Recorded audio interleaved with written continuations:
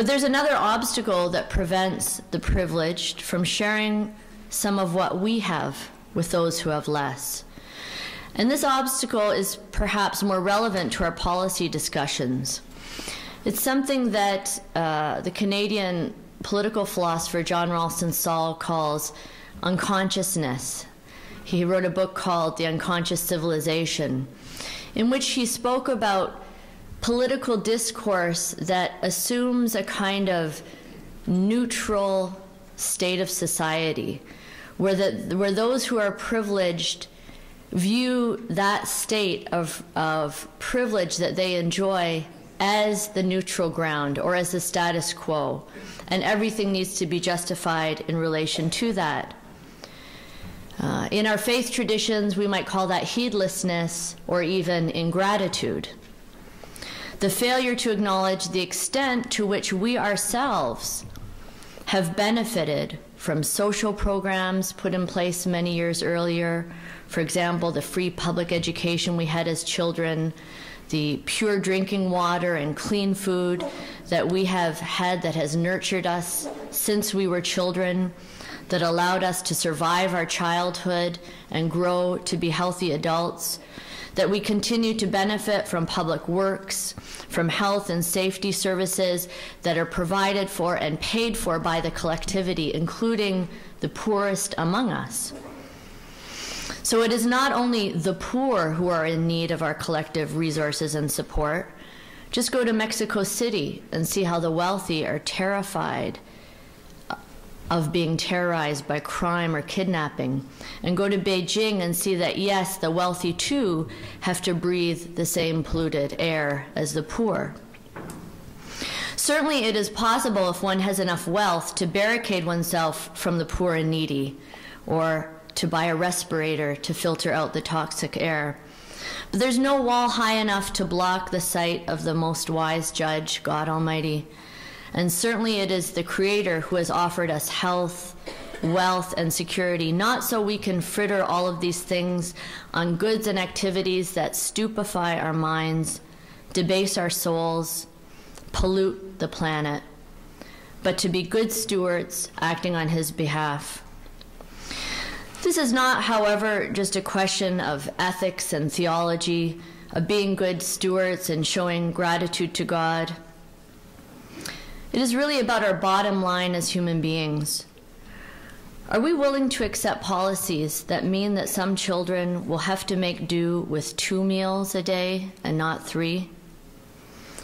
Of course we do not want to see children starving, but will we accept that a little boy in our children's class experiences just a slight gnawing hunger each and every day?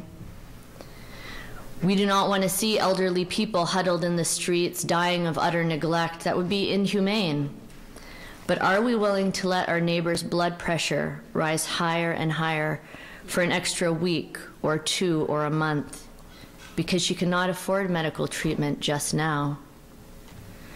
We do not want to see the disabled confined endlessly in rundown institutions, but are we willing to see a young paraplegic stuck at home, missing education classes and work opportunities because he no longer has adequate transportation? We are told that we have to make painful cuts to our social services. I've heard it all across the country, but really, let's be honest. Who's going to be in pain? Is it us or is it them?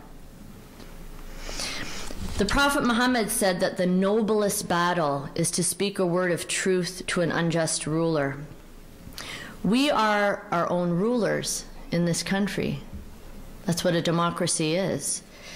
So it's time to speak the truth about our own injustice then and to rectify it. This is why the combination of hard facts, solid evidence that your organization provides, a realistic view of the true impact of your state budgets and of the choices that are made in terms of taxation and funding for various services is absolutely important. Because if the prophets taught us anything, it was to speak the truth and to face it squarely and then to face it ethically.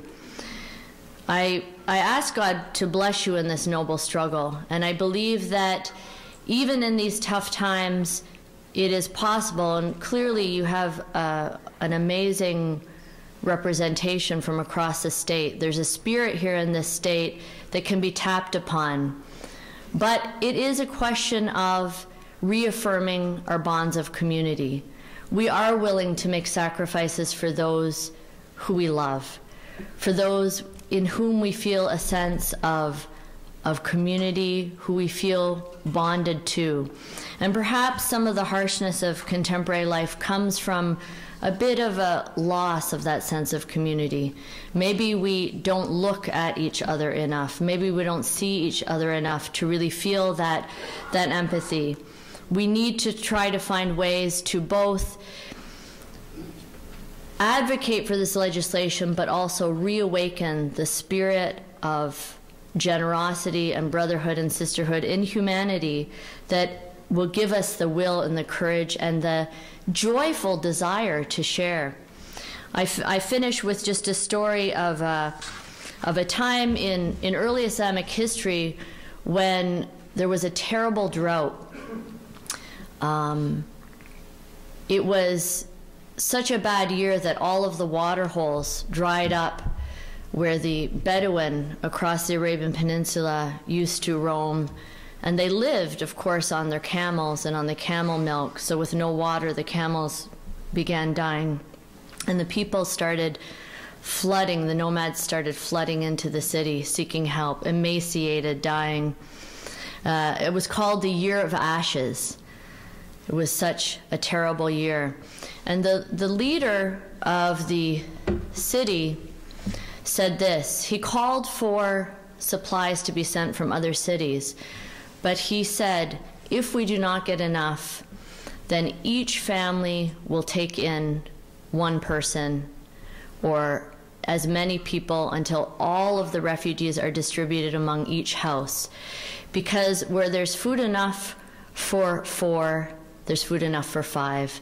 And where there's enough to sustain 3, we can sustain 4. And even where there's enough food for 2, we can sustain 3.